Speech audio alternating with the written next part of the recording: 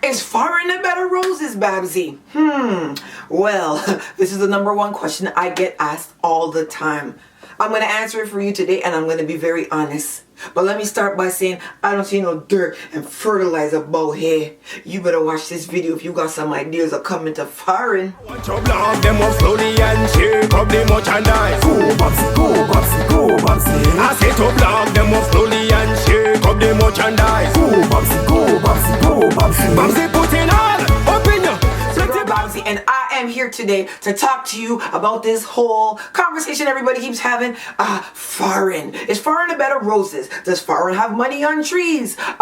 You gotta be a cunt to believe that though, in all honesty. But anyhow, before I get into this video today, I want you to know that I'm on Instagram. Make sure you're following me, Strictly Babbzy, as well as on Facebook. I am Babbzy at large. So the debate, the facts, the opinions, all these things combined into one. Should you in the Caribbean take your ass and come over here to Farign? Now, Farign, for those of you who might be watching this video and be like, what? Farign is basically North America, UK, Europe. I don't think they consider Africa Farign, but somebody will come in here and try to correct me because they ain't got nothing else better to do. So let me tell you guys a few things you need to know about what you got to do to come up here and what you might face and things that you need to consider, because many of you, when you're talking to me about coming up here, don't consider the real basics. Now, let me be clear. I live in Canada. I am Canadian.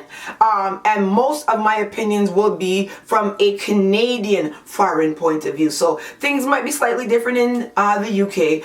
Things might be slightly different in America. But for what it's worth, is basically things you should really start to consider before you take your ass up here. Now, first thing first, what you really need to consider before you come up here is what your plan is when you get here. Many of you just have a plan to get on the plane and get here, and you have no clue what you're going to do when you get here.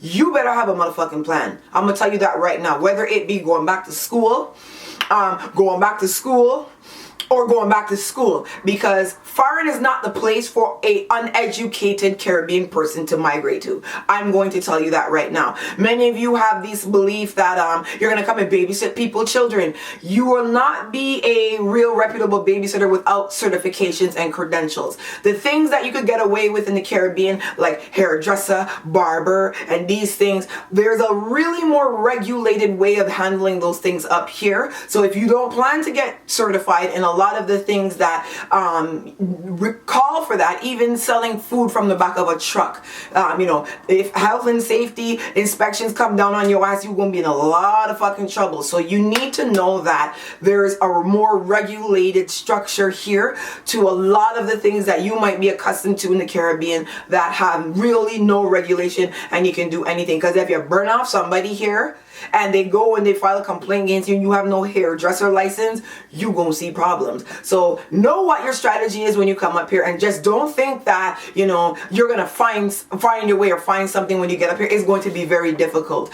For the educated Canadian alone, it is extremely hard. They have to work in Walmart, work in Tim Hortons, you know, work in situations where they might be in -20 weather. You're not accustomed to that in the Caribbean. Y'all just wrap up in blanket when it's 23 degrees. So understand that you may not come here to a life of luxury. So know that for a fact. If you're not coming here to get educated, if you're not coming here with an education, you better start weighing some odds. Next thing you need to understand, the family that you know is the family that comes to visit you during Carnival, during ATI, during Crop Over. That motherfucker is a fake. 99% chance that they are. So all the money they come down there flossing with is probably from a tax return or something that they did to get that money. You might leave your good up Caribbean house and end up coming up here and living in a far worse situation than you were anticipating, because you think your cousins and had money on trees. Nah, them was just pomposetting and lying. So know that there's a very big fraudulent thing going on out here, that people will go back down there and let you believe that they live in a lot better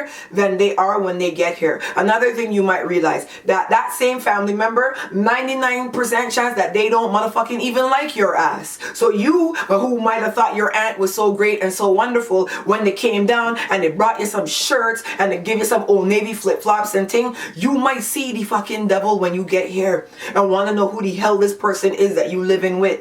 They might have brought you here for their own motive. A lot of them will go and target your younger children, your children who are 9, 10, 11, because they saw them currying chicken and cooking curry goat when they was home on vacation, and they have their in their mind, oh, bring them up here and babysit my children so I could get my children out of daycare.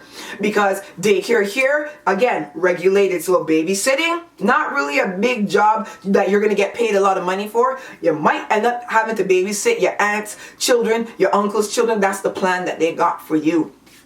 Another thing that I want to say, and this one is very important, and this one should really be going for the adults that are thinking of sending their children again to come and live up here with one of their family members. You don't know their man. You don't know their boyfriends. You don't know their girlfriends. These people up here are fucking perverts. So you might know your sister or your brother, but you don't know their significant other. You might be sending your child up into a whirlwind, a wrestle problems.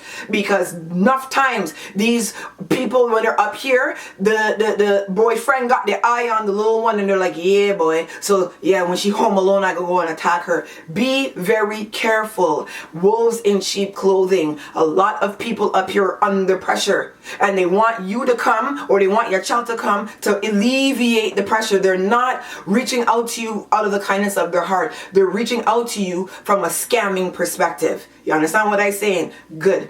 Another thing you need to understand, especially in Canada, you cannot just lime on a block somewhere. You can't just do a lot of the things that you in the Caribbean might be accustomed to, walking down the street and getting a Lucozade and chilling. You might not be able to do that up here in certain places. You can't play your music loud past certain times of night. And what you also need to understand is culturally, this one is going to shock you. Women are seen as equals in North America, especially in Canada. What does this mean for you? It means that you cannot walk on the road and say, your pussy look fat, yeah, you got the mums. You will end up in a lot of problems. Things that you say in the Caribbean, how you treat women in the Caribbean, how you disrespect women in the Caribbean, not really gonna fly up here. You might find yourself in a jail cell real quick. So let me tell you from now, if you don't know how to conduct yourself and say certain things, just stay quiet, because you might find yourself in a situation where the fat man in prison is trying to rub you down and bully you in the night. Be very careful. A lot of the things that you all don't see as an issue in the Caribbean are very big issues up here. You cannot disrespect women. You cannot talk to women. Women are not property. You cannot see them and be like, just because she's good looking, feel the right to go and tell her that. You might see a big motherfucking 6'10" man come and step in your neck, and they will do that quick. So don't be too quick to disrespect people up here, because it may not go so well for you. And lastly, I'm just going to say this, and I can say this, I don't know, the only way I can say this: if you are lazy and you're a catcher and you have no real understanding of how the world works, stay where you are.